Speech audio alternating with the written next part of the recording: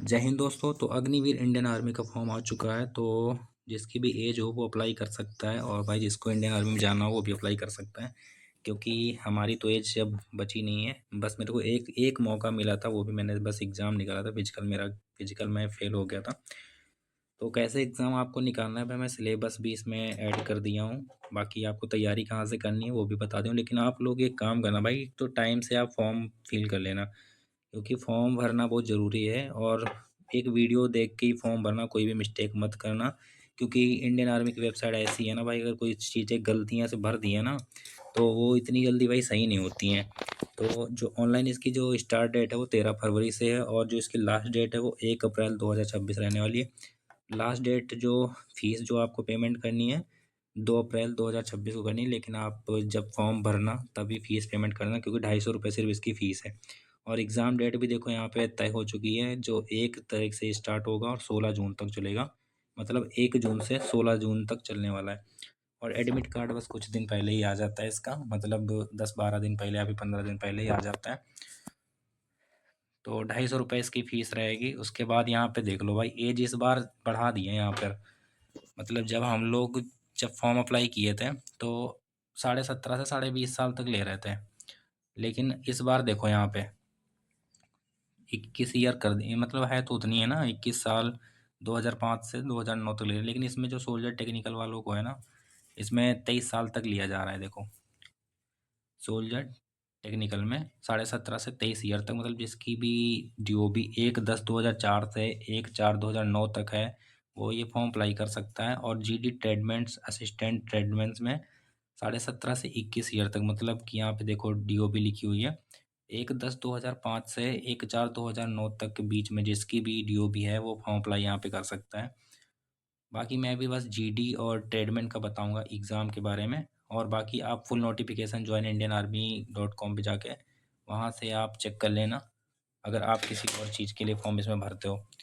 यहाँ पे देखो GD के लिए भाई, आप सिर्फ हाई स्कूल पास होने चाहिए, 45% मार्क्स होने चाहिए, और मिनिमम 33% इन ईच सब्जेक्ट, मतलब कि हर एक सब्जेक्ट में 33% मार्क्स होने चाहिए। किसी भी सब्जेक्ट में फेल वेल मत होना। उसके बाद नोटिफिकेशन तो पूरा आप रीड कर लेना। और यहाँ पे देखो फिजिकल ग्रुप 1 ग्रुप 2 ग्रुप 3 भाई ये तो बनते ही बनते हैं। और हाइट आपकी 169 सेंटीमीटर होनी चाहिए। चेस्ट भी 77 सेंटीमीटर होना चाहिए। 5 सेंटीमीटर फुलाना पड़ता है। 1600 मीटर जो रनिंग है 5:45 अगर आप मारोगे तो वहाँ पे 60 मार्क्स आपको पूरे फुल में फुल मार्क्स मिलेंगे। और यहाँ पे पुलअप्स जो होते हैं 10 पुलअप्स होते हैं, वो 40 मार्क्स यहाँ पे मिलते हैं। उसके बाद ये जो 9 फीट जो गड्ढा होता है ना, उसको क्वालिफाई सिर्फ करना होता है, कूदना पड़ता है। और जिग जैग बैलेंस जो होता है वो भी सिर्फ क्वालिफाई है। यहाँ पे देखो टेक्निकल का भी दे रखा है, इंटर पास होना चाहिए physics chemistry maths and English with 50% marks के साथ। ठीक है, तो ये आप पढ़ लेना। बाकी मैं अभी सिर्फ GD और ट्रेडमेंट्स का बताने वाला, क्योंकि GD और ट्रेडमेंट्स का लगभग सिलेबस और फिजिकल जो है वो सेम है। बाकी आप नोटिफिकेशन में देख लेना, अगर आप यहाँ पे और किसी चीज़ के लिए फॉर्म भरते हो, जैसे कि मैंने ऐड नहीं किया गया यहाँ पे। ये ट्रेडमेंट देखो 8th पास वालों के लिए भी है वैकेंसी। अगर कोई 8th क्लास पास है ना, वो भी यहाँ पे फॉर्म अप्लाई कर सकता है। यहाँ पे देखो लड़कियों के लिए भी है। वुमेन मिलिट्री पुलिस जो है वो भी हाई स्कूल पास होना चाहिए। बाकी यहाँ पे देख लो फिजिकल में क्या क्या रहने वाला है। 162 सेंटीमीटर हाइट होनी चाहिए। Long jump 10 centimetre, high jump 3 centimetre, और रनिंग जो है यहाँ पे 7.5 मिनट दिया गया, 1600 मीटर। फिर यहाँ पे देखो इसका प्रोसेस क्या होने वाला है सिलेक्शन का। पहले आपका एग्ज़ाम होगा, फिर फिजिकल होगा, उसके बाद डॉक्यूमेंट वेरिफिकेशन होगा, तब आपका लास्ट में मेडिकल होगा, फिर फाइनल रिजल्ट आपका आ जाता है यहाँ पे। तो सबसे जो बेस्ट बुक रहने वाली यहाँ पे ये अग्निवीर, एक तो इंडियन आर्मी की हो गई ये RW वाली। जब मैं तैयारी कर रहा था तब मैंने RW की बुक पे ध्यान नहीं दिया था, मतलब मेरे पास पहले से एक थी तो मैंने उसी से तैयारी की थी।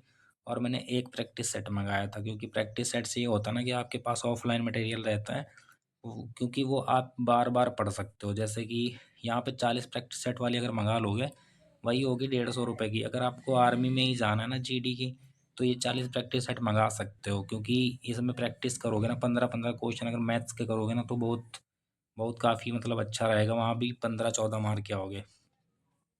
और ये एक बुक ले लेना RW वाली, जो अभी लॉन्च जो किए हुए हैं, अच्छी बुक है, बहुत अच्छी बुक है, मैंने इसको देखी है। तो ये वाली एक बुक ले लेना।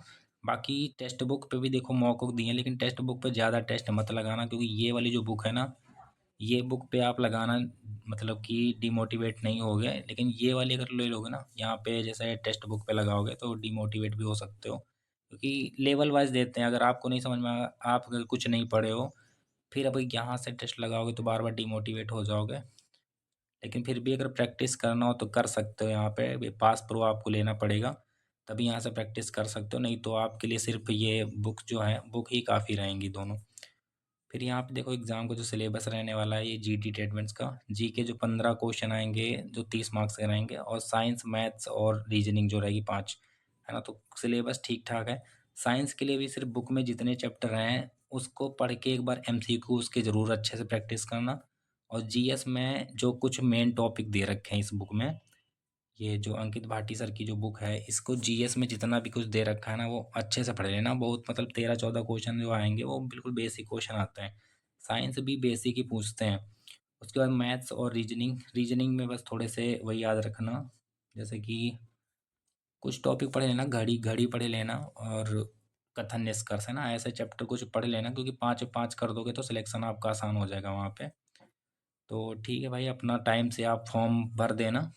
बाकी मेरे कितने नंबर थे अग्निवीर जब मैंने दिया था, तो मेरे लगभग 85 प्लस नंबर थे।